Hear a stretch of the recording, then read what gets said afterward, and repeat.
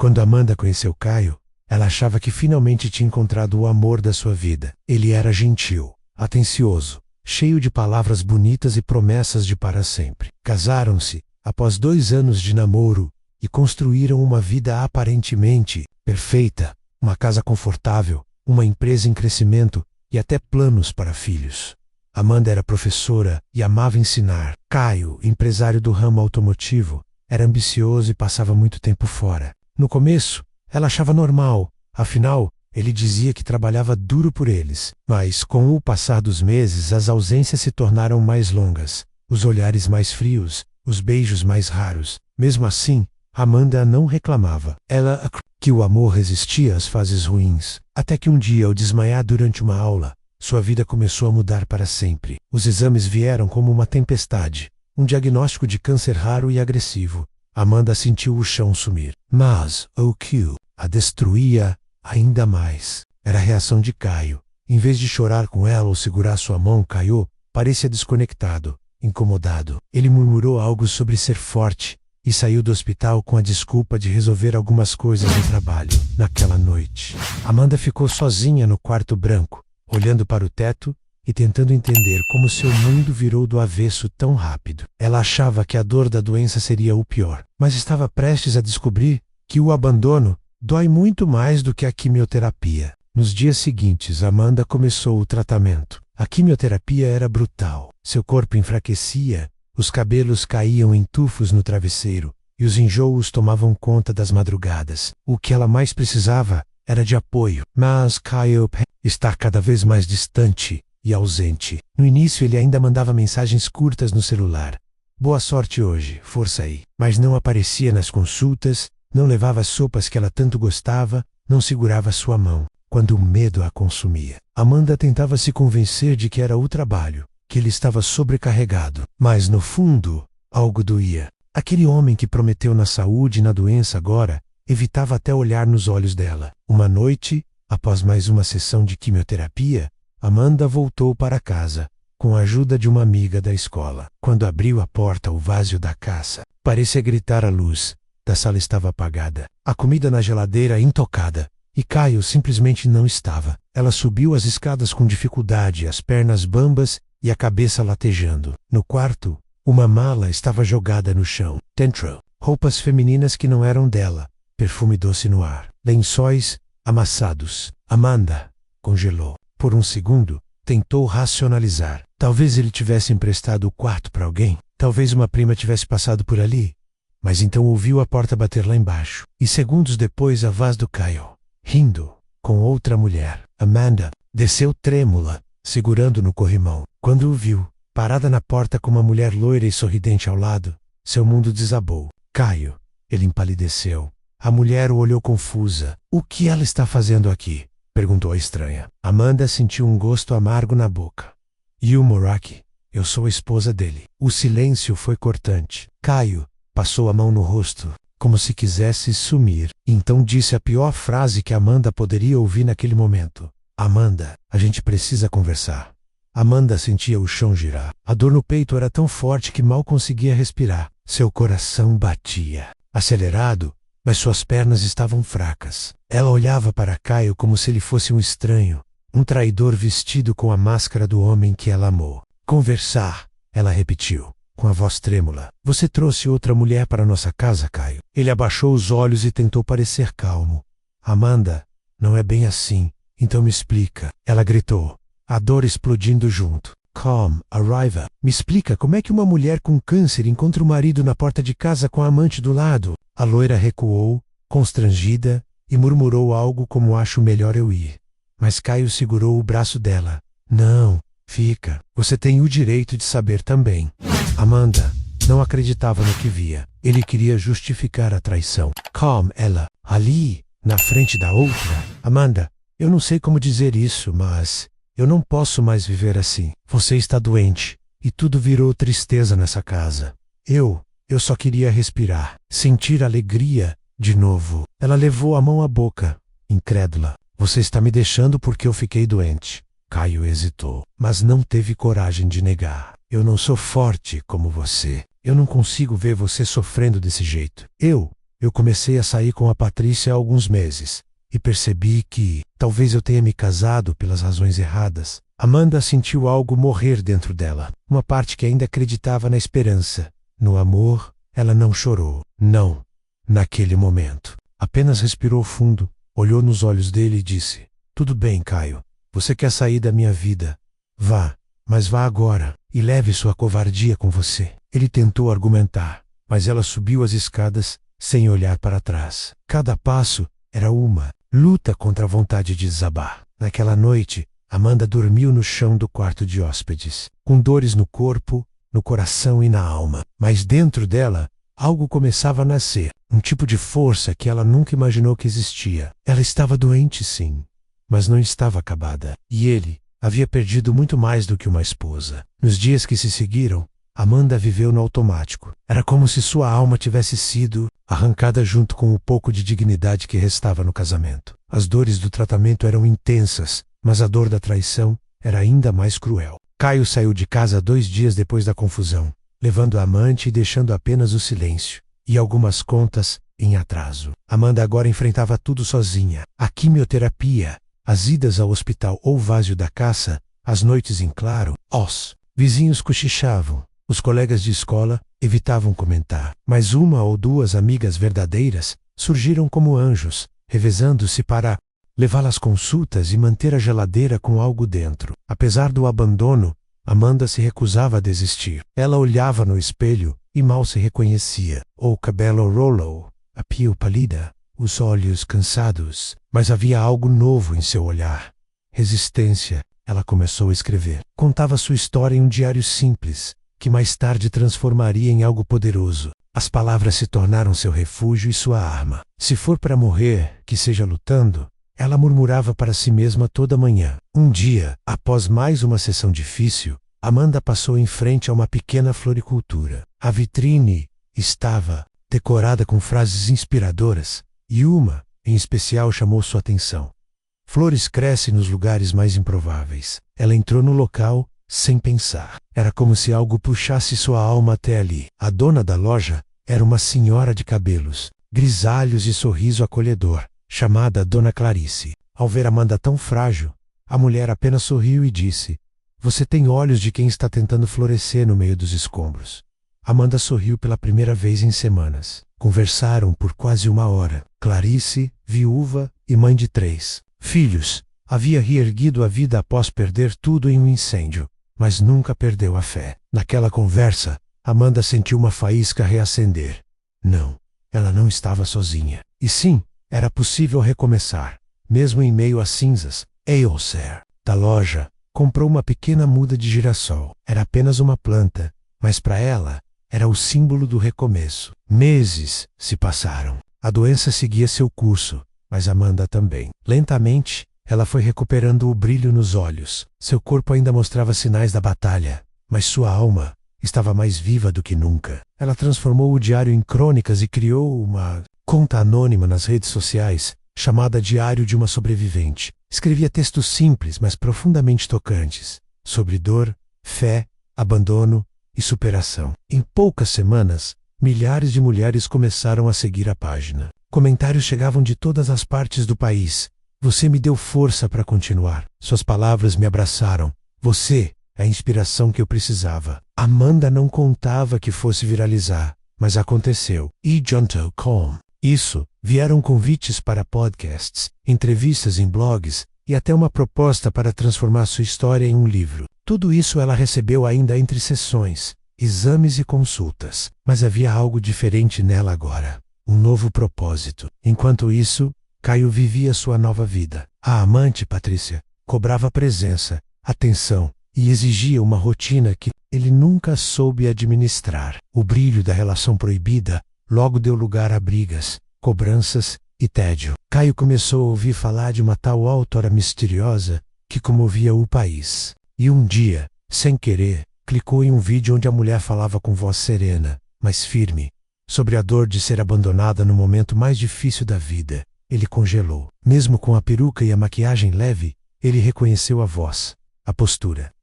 "Olhar, Amanda", murmurou, com um nó na garganta. Pela primeira vez em meses, ele se deu conta do que havia perdido. Não apenas uma esposa, mas uma guerreira, uma mulher que ele nunca teve a capacidade de enxergar de verdade. E naquele instante, algo dentro de Caio começou a ruir. Enquanto isso, Amanda estava em paz, no jardim da pequena casa onde morava. Agora, o girassol havia florescido. Ela olhou para ele e sorriu. Você também achou que não ia dar, né? Mas deu. Naquela noite, Caio não conseguiu dormir. A imagem de Amanda em pé, sorrindo com leveza diante das câmeras, narrando sua dor com tanta dignidade, não saía da cabeça dele. Pela primeira vez, sentiu o peso real do que havia feito. Ele tentou ignorar aquilo por dias, mas o vazio era ensurdecedor. Patrícia notou.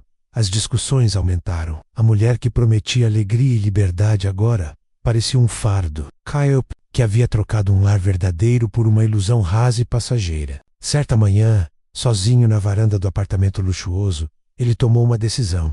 Procuraria Amanda, não para pedir perdão. Ele sabia que talvez fosse tarde demais menos, mas para ao menos dizer que reconhecia sua covardia. Localizá-la, não. O perfil anônimo já havia revelado sua identidade em uma matéria de uma revista feminina. O artigo contava como Amanda havia sido abandonada pelo marido durante um câncer agressivo e, ainda assim, havia se tornado um símbolo de superação no Brasil. Caio leu o texto com as mãos trêmulas. Ela transformou sua dor em flor, onde muitos afundariam. Amanda floresceu, sozinha. Doía, e ele merecia.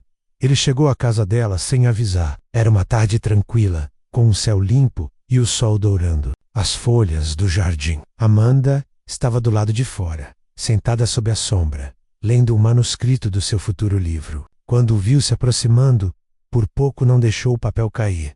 Caio, ele parou a alguns metros de distância. Estava diferente, mais magro, cansado, mas ainda carregava aquele olhar indecifrável. Amanda, eu sei que não tenho direito algum de aparecer, mas precisava te ver, nem que fosse de longe. Ela fechou o caderno devagar. Seus olhos não carregavam raiva, nem tristeza, mas uma firmeza nova, que Caio nunca conhecera. Você veio buscar o quê? Perdão? Não, ele respondeu, com sinceridade. Vim te agradecer por ter me mostrado mesmo sem querer o que é uma mulher de verdade. E para dizer que eu errei, horrivelmente, covardemente. Amanda respirou fundo. Havia esperado por esse momento talvez, mas não da forma como imaginava. Você errou sim, mas a parte mais triste é que eu não precisava do seu arrependimento. Eu precisei do seu apoio, e você não deu.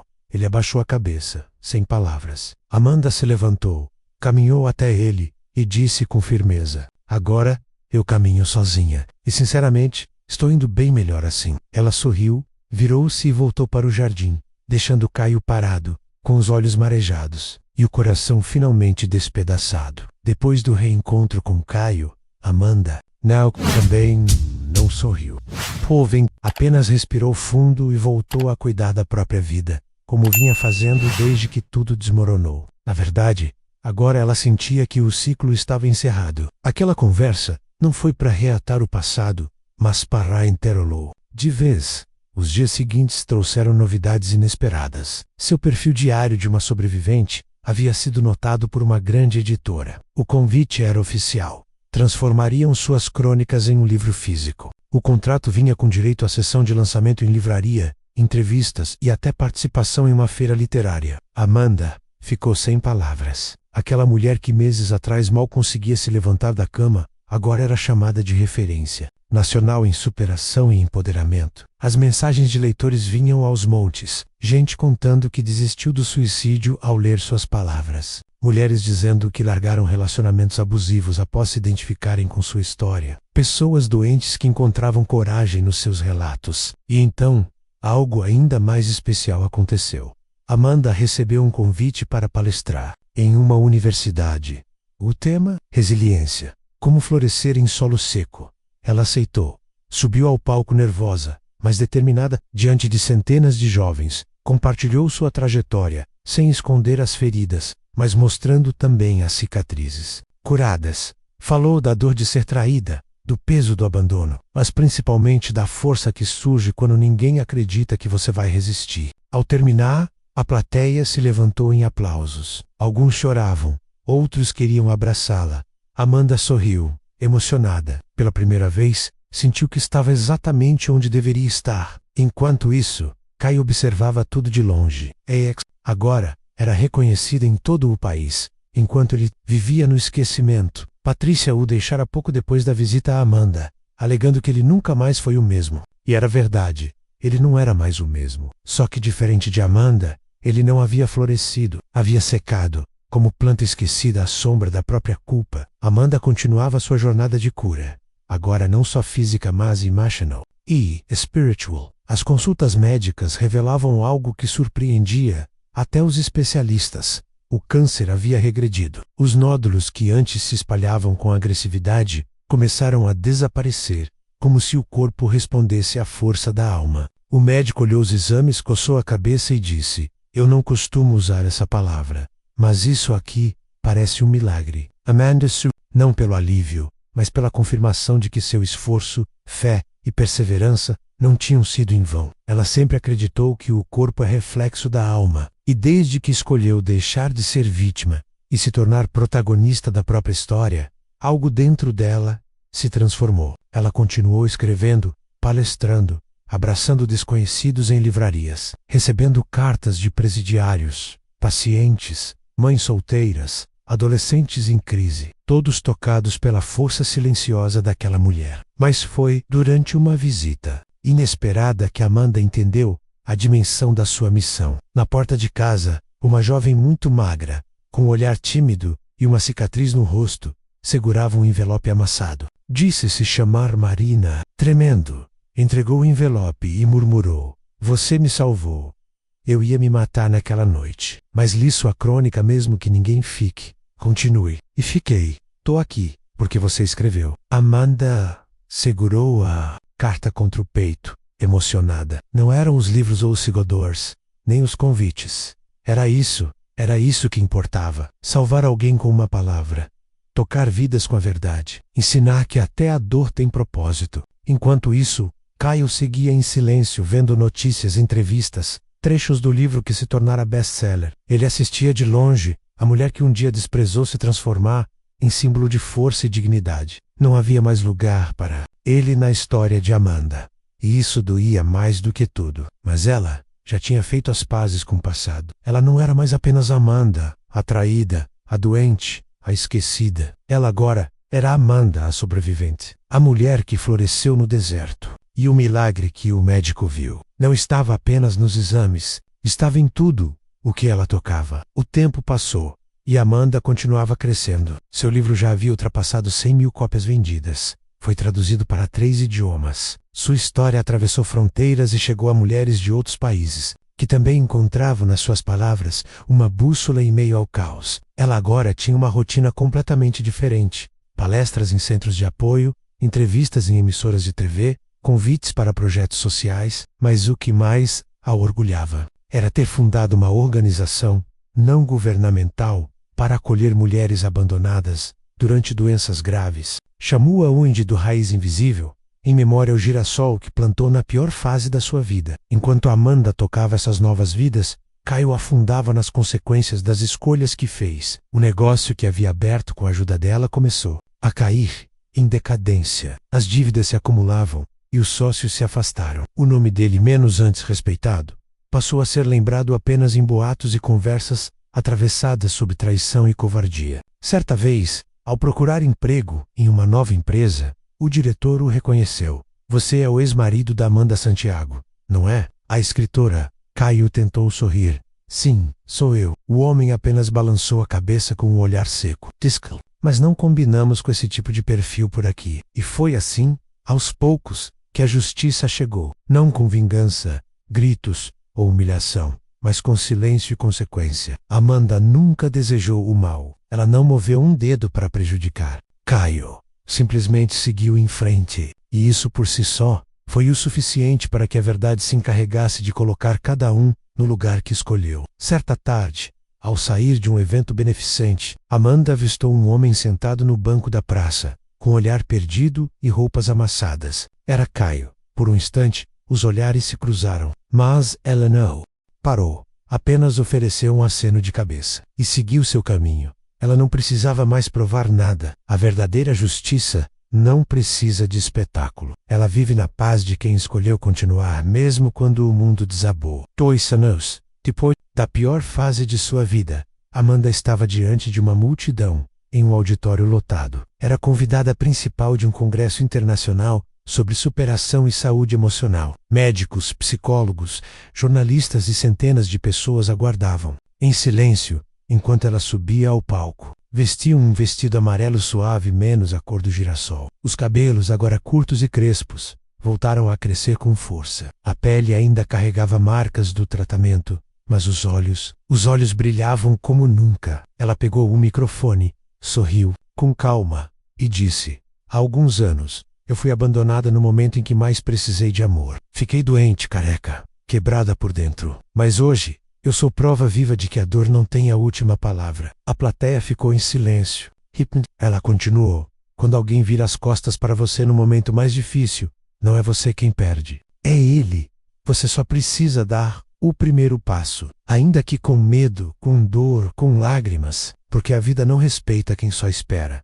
A vida anda com quem decide continuar. Ao terminar, a sala explodiu em aplausos. Muitos choravam. Amanda chorava também menos, mas agora, por gratidão, após a palestra, uma garotinha de uns 8 anos se aproximou. Cabelos trançados, vestido florido, sorriso tímido. Você é uma princesa de verdade? Perguntou, baixinho. Amanda segurou as mãos dela e respondeu: sou só uma mulher que não desistiu. A menina abraçou Amanda com força, e por um segundo, tudo silenciou. A dor, a traição, a solidão, tudo ficou lá atrás. Naquela noite, Amanda voltou para casa, sentou-se no jardim e observou o girassol que, teimoso, ainda florescia firme. Ela sorriu, pegou um caderno novo e escreveu: hoje, finalmente entende, a felicidade não mora no fim da dor, mas no que você constrói com ela. E se ainda restar amor dentro de você, então nada foi em vão. Fechou o caderno, encostou a cabeça no encosto da cadeira e olhou para o céu. As estrelas pareciam brilhar só para ela. Amanda vence, e nos corações que tocou, sua história viveria para sempre.